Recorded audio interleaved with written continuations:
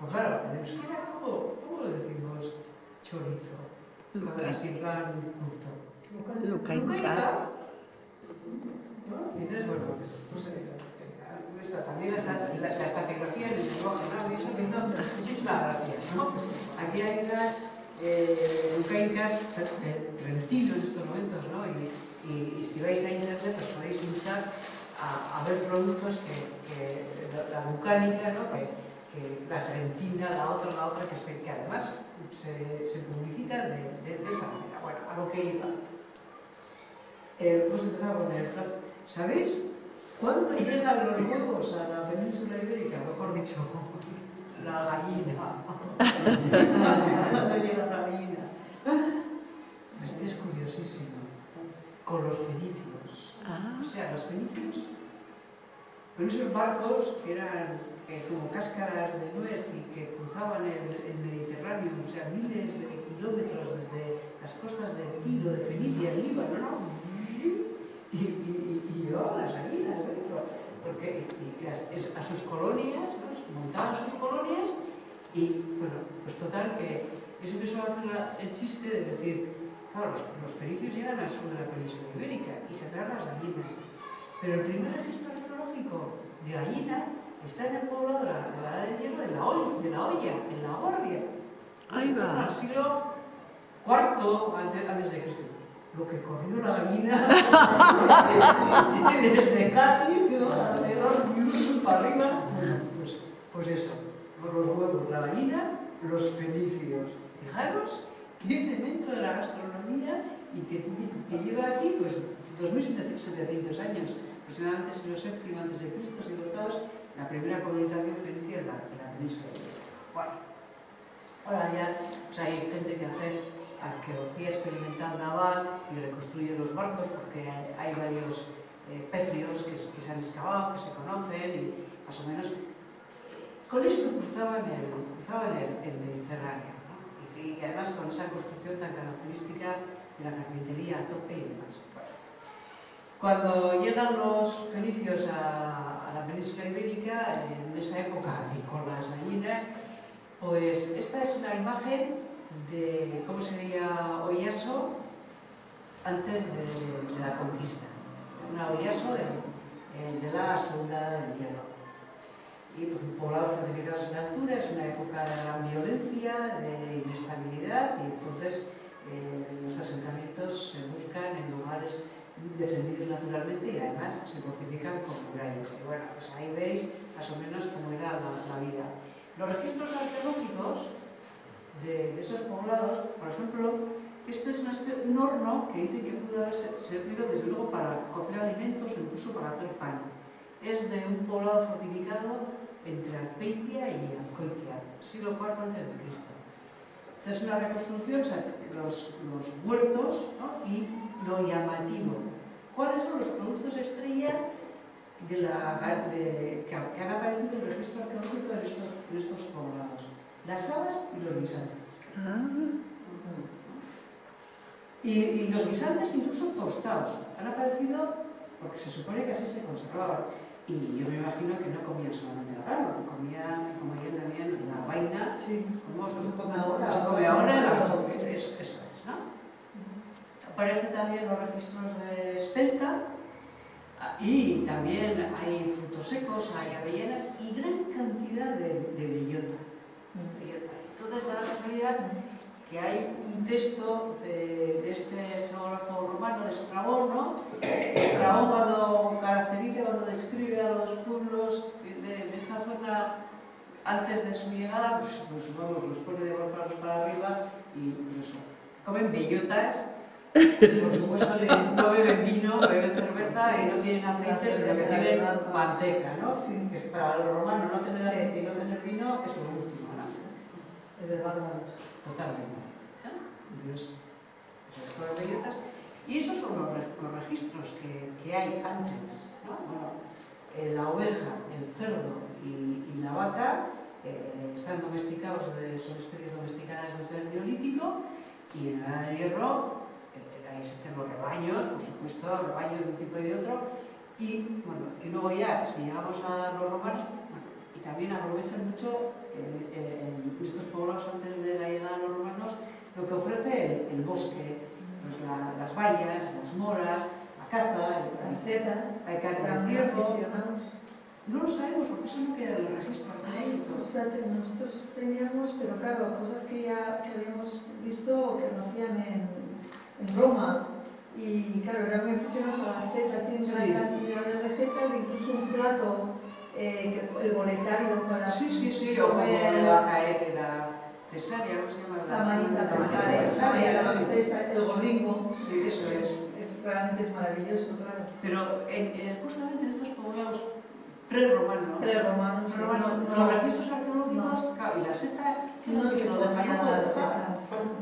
No sabemos si se comían, Ya. porque lo que sí recogemos son huesos, y esos huesos, pues eso, hay jabalí, ciervo, pero, y luego las bayas de mora, por ejemplo, sí queda la semilla, o el higo, porque el higo tiene un montón de semillas, entonces sí que eso, yo tengo una amiga paleobotánica que siempre suele decir, mi reino por una letrina.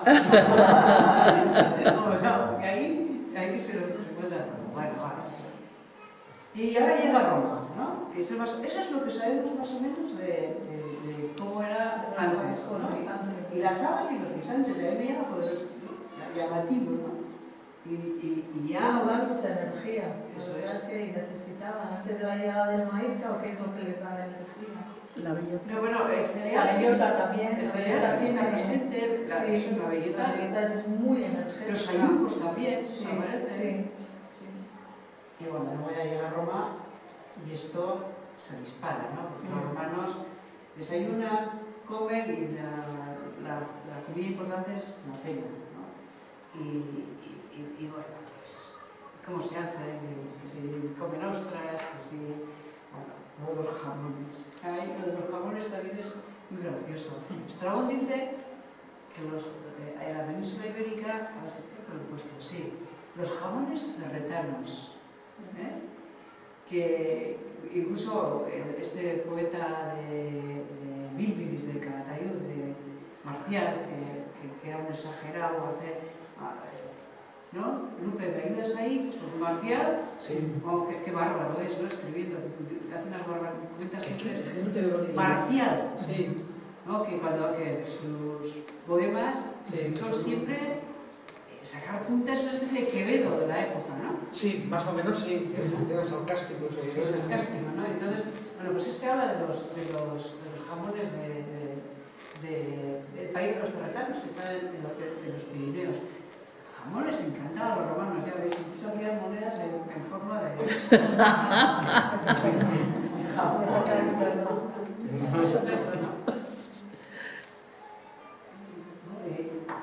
Oye, ¿y vosotros qué sabéis del jamón de Bayona? Y del jamón, porque también era famosísimo. Pues tampoco gran cosa. Yo creo que también nosotros al final, por el tema del cerdo, las razas que se han ido recuperando, porque se habían perdido, el Euskalcherry, por ejemplo, el cerdo blanco y negro, que era muy típico de la zona esta de los Pirineos, que prácticamente desapareció la raza y ahora se está recuperando. En Iparra le quedaba algo y ahora se está recuperando. Pero ahora el cerdo de Bayona se hace con un cerdo blanco y antiguamente me imagino que se haría con el Euskalcherry, con un cerdo de motas. Pues es un salazón y menos curado, claro. Sí, mucho menos curado, por eso es más tierno, porque las curaciones aquí, con toda la humedad que hay, las no curaciones son al final posibles como puede ser un salamanca. Sí, pues ya ves, el edicto de Diocleciano, de precios de Diocleciano, el precio de una pierna de cerdo cerretano venía a costar pues 20 denarios. Una barbaridad. Una barbaridad. Bueno, ahora también cuesta bastante. Sí.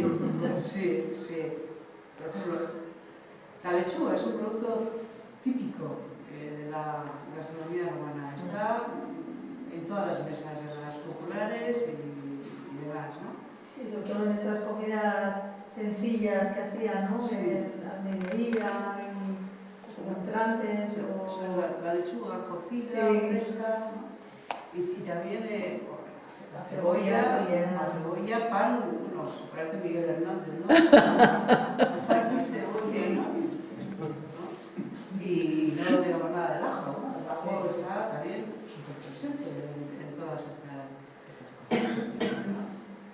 pan. El pan además, pues eso, fermentado, el pan. En época medieval, ¿cómo se reduce el abanico de alimentos y cómo se empobrece la dieta? Que se habla de companatium, o sea, lo que acompaña al pan. El pan es el elemento básico de la comida. Y el pan como recipiente, que se utiliza como se vacía, se hace la sopa y tal, se utiliza como recipiente. Companatium, ¿sabes? Pan con queso, pan con frutos secos, pan con lo que sea pan y las aguas. Y sardinas de estas secas, y es que tenemos el impostillo de la Edad Media. Sí. Y lo único que tenemos es una sardina de estas, de las que venden en cajas. ¿Quién la ha probado? Que me ha hecho gracia porque yo ya que había comprado para aquí la probé y tal y me pareció brutal el sabor. Sí, me pareció una cosa salada, seca, terrible. Igual no la supe comer, ¿eh? Ya me explicaron que había que meterla en papel, había que frotarla, sí. Y bueno, aquí para quitarle se le va la y luego me la puse con aceite y tal y me pareció fortísimo. Claro, en tortilla me dijo el otro día un señor en una de las visitas. Y está en la época medieval y en la que hablamos también de las cuarentenas. Que claro, las cuarentenas, las cuaresmas que no es que eran 40 días, que podían ser 7 meses, porque había muy poca comida, o sea, en épocas de muy poco y tanto de cantidad como de calidad, ¿no? Los nutrientes eran muy escasos. Igual pues las bacaladas, etcétera, entonces pues eso, todo iba con pan y era una comida muy pobre. Sí, variaba mucho sobre todo la alimentación, si era zona de costa o si era zona interior. La zona interior prácticamente era 2 kilómetros, o sea que el pescado no llegaba ya prácticamente a los caseríos, casi no llegaba, se quedaba justo en los barrios de pescadores. Por eso al final variaba muchísimo, nosotros nos hemos dado cuenta, sobre todo a la hora de recetarios, que la dieta de los pescadores y la dieta de los caseríos era totalmente diferente. Uno se basaba en el pescado, que era la base de todo, sobre todo caldos de pescados que iban cociéndose, iban metiendo el pescado continuamente, que luego ese pescado lo utilizaban para comerlo, ya cocido, o lo utilizaban las parrillas. Y luego ya pues esos caldos que eran las sopas concentradas, pues con una sopa que aquí en esta zona se ha perdido, que en la zona de Cibur todavía queda, como la sopa lloro, que era una sopa a base de marisco, pescado, escape. Eso es un poquito la base alimentaria de los pescadores. Y luego se comían sobre todo mucho marisco. El tema lapas, muchísima lapa, percebe, ostras. Pero yo la lapa, a mis ayunas siempre me conocía que cada vez que iban a las rocas iban a coger percebes y a coger lapas. Porque ahora ya las lapas prácticamente ni se ven, o no se cogen. Están contaminadas, se filtran. Todos están contaminados. También es verdad. Eso es lo que nos dicen. Sí. Nadie se muere por comer lapas. No. Bueno, pues estamos aquí, las lentejas. Las lentejas también llegan con los romanos, porque es un producto de la meseta iraní, viene de Oriente. Y bueno, Pero los garbanzos no les gustaban, por ejemplo. Comían, pero no eran una cosa apreciada. Yo creo que había leído, Era algo como la cerveza, de gente pobre o... Ya, bueno, no sé, ¿sabes cómo es el nombre romano, no? Trianomina, ¿no? Praenomen, Julius, Cayo, Julio, César, ¿no? Praenomen, nomen y cognomen. El cognomen es una especie de epíteto. Cayo, Tulio, Cicerón. ¿Y ese era lo que dice Cicerón? Garbanzo, que tenía una verruga en la cara. ¿Y cómo decimos en euskera garbanzo? Hay que chulada. Chit. Chichi. Sí. Pues eso habrá que... Ajá. En latín, directamente del Quiquero, Cicerón, y de ahí, pues, Totalmente. directamente el nombre de garbanzo, como el de chorizo, directamente así. Bueno, es que yo no me puedo resistir con el primer melocotón de... Eso, ahí lo tenéis. Están arriba, hay una vitrina. Y en la vitrina de al lado hay parte de un mortero de madera, que también es un ejemplar único en las condiciones arqueológicas. Y claro, los romanos vienen con el mortero para las salsas, ¿no? Que en su... Eso es, en su gastronomía, ¿no? Y por eso los morteros de cerámica tienen como una especie de piedrecitas, ¿no? Para ayudar a triturar. Es una pieza de cerámica, ¿no? De alfarería, que se hace específicamente para ayudar a triturar productos con los que luego se realizan las salsas. Bueno, y ahí también tenéis, ya veis, creo que estas son, ¿no? De ciruela, hueso de ciruela y de cereza. Está en la luego, por ejemplo, todas las conservas de mojamas, ¿no? Las mojamas, ¿no? De secado. Sí, que ahora solamente conocemos la de bonito, ¿no? De vaca también, ahora se han puesto Las espinas. Las sí. Pero claro, digamos, esto conservas en seco, ¿no? En sal y... Sí, deshidratadas, con sal, luego aireadas, ahumadas en algunos Eso casos. es que se sigue haciendo en el Mediterráneo. Sí, con bonito. Y bueno, pues eso, que claro, es que es impepinable porque tienen que conservar, y los romanos conservan en vinagre, conservan en salazón, conservan en aceite, los chorizos por supuesto los meten en miel también, no tienen más remedio, ¿no? Y luego tienen que utilizar cantidad de especias para hacer eso más llevadero, y como sabéis, la gran estrella de la cocina romana, para nosotros es el gallo. Pero antes un detalle, estas piezas también son de aquí, de Yeso. Es la famosa sicilata. Los especialistas dicen, claro, esta es una vajilla de mesa que se extiende por todo el imperio. Da lo mismo que estés en Éfeso, que en Colonia, que no sé, en Lisboa. Es exactamente igual. Y los especialistas dicen que se debe a la globalización de la gastronomía.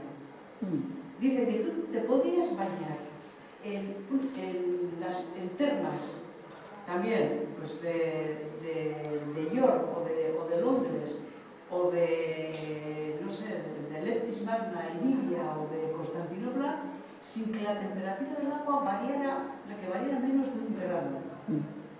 De lo estándar que era la concepción de la arquitectura y de cómo estaban organizados los complejos termales. Y dicen lo mismo, que tú podrías cruzar el imperio, ¿no? Yendo de tasca en tasca, ¿no? Comiendo siempre la hamburguesa de burger o estos espaguetis a la boloñesa de la época.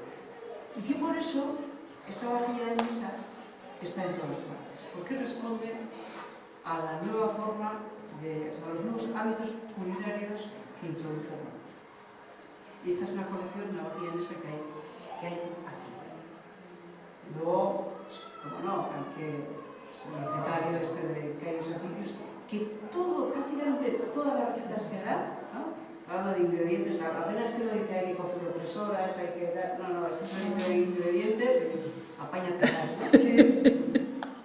Pero en todos aparece el gallo. ¿Vosotros habéis oído hablar de eso? Sí, han hecho. Al final es pruebas.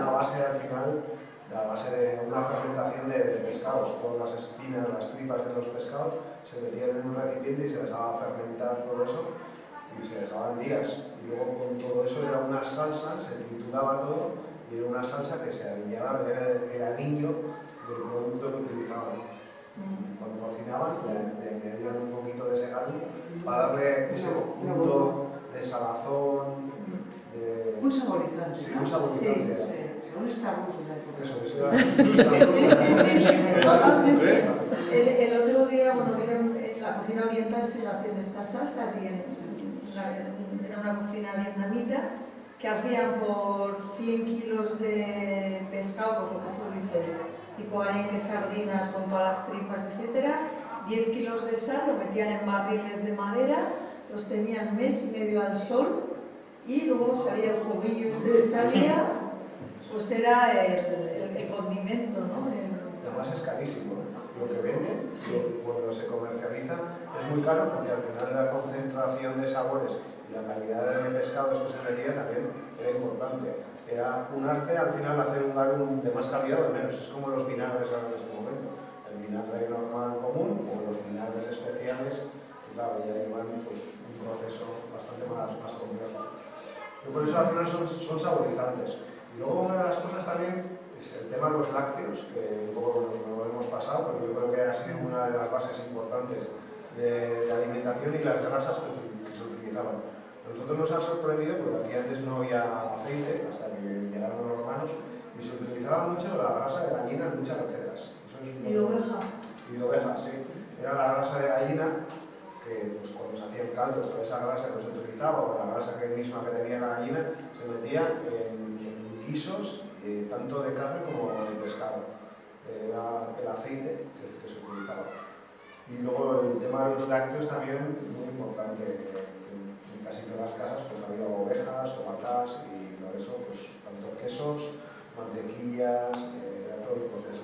Yo creo que es la cocina que ahora se quiere volver a llegar, pues esa cocina sostenible de utilización de todo el producto, desde que empezamos un producto hasta que lo finalizamos, utilizarlo todo, tanto el desperdicio, como todo. Ahora ya lo que no nos vale lo tiramos, pero antes se utilizaba todo, no se echaba nada. Y un poco los despojos igual era hasta para calentar. Pues como el tema de la ballena, que toda la grasa de ballena era pues, para utilizar para farolas o para la iluminación que se tenía era ese tipo de productos.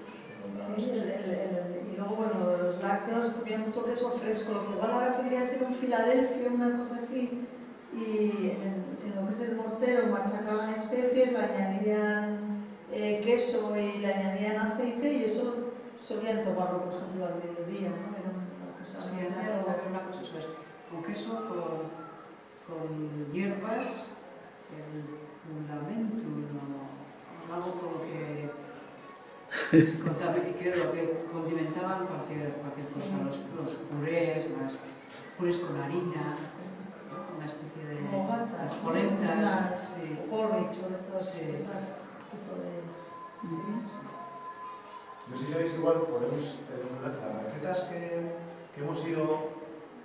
Pero igual tienes para acabar sí, esto. Sí, bueno, se yo, bueno, que ahora se vende galón y luego, sí, bueno, pues tengo se arrate las que cámaras, vemos... Sí, no, Sí, lo tenemos claro. por día. los galos, mira, Sí, sí. de la escala, en la escala, Sí. claro. Pero muy sui generis, ¿eh? Muy adaptado Sí, igual, ¿no? sí, pero luego tengo, es un enlace de un vídeo que lo vemos igual al final, es simplemente por favor, una especie de pequeña guinda, porque lo que se llama la colatura di Alici, suena en la costera amalfitana, es que hay un sitio que se llama Chetara, o sea que es Guetaria. Sí. Y ahí siguen haciendo lo que se llama la colatura de anchoa. Y yo creo que se sigue haciendo de la manera tradicional, lo más parecido al gallo que se puede presentar. Entonces hay un pequeño vídeo y lo captura, pero lo vemos al final, después de todo lo que tienes. Y te lo harían las mujeres, ¿no? Todo esto en las chetarias, en las retarias y... Yo creo. ¿No? Se sabe. Porque la horrible. Esta no es otra carpeta. La otra carpeta. O la otra carpeta, la misma carpeta. Sí, a ver. Son las recetas. Esta habla de listado de recetas históricas. Eso es. Aquí es un poquito lo que hemos ido recopilando, sobre todo a nivel de recetas y los productos que se iban utilizando. Qué hambre me está entrando. Sí, a esta hora. Congrio. Ensalada de changurro y espárragos. Eso tienes que haber pedido un platito para... Sobre todo era un poco la base un poquito de lo que se iba comiendo en aquella época. Por ejemplo, las martinas. Yo sí que he conocido los arranchales que solían, al final de la costera, cazaban martinas, según unos pájaros de mar, y lo guisaban. Son unos pájaros de mar y los solían cazar o con anzuelo o con la escopeta. Y era como una cosa que era prohibida, pero en todos los barcos solían coger cuando terminaba la costera y guisaban las martinas. Eran los típicos guisos de carne que hacían los pescadores. Era pues, la poca carne que podían acceder ellos, pues las gallinas que tenían en casa y luego ya pues, lo que iban consiguiendo en el mar, la posibilidad de tener. Luego, por ejemplo, la ensalada de changurro y espárragos silvestres, que se utilizaban también bastante. La echecaria es una sopa caliente a base de legumbres y verduras, pues una base a base de puerros, berzas, que era pues, un típico guiso que se hacía a base de todas las verduras que se podían utilizar en los caseríos.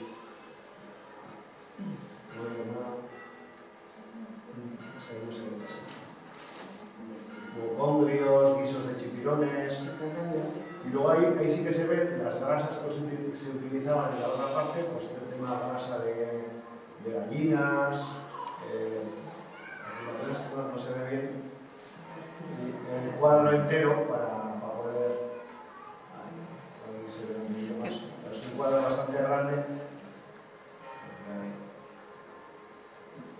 Si dices que hay amplio una zona o... Sí, bueno, ya más o menos un poquito más amplio, si se puede, un pelín más.